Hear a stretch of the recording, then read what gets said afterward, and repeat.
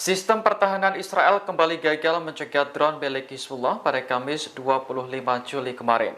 Akibatnya terjadi kerusakan dan kebakaran di wilayah Israel Utara. Menurut laporan Yerusalem Post, sejumlah fasilitas di Avadon dan Manarah rusak seusai dihantam drone.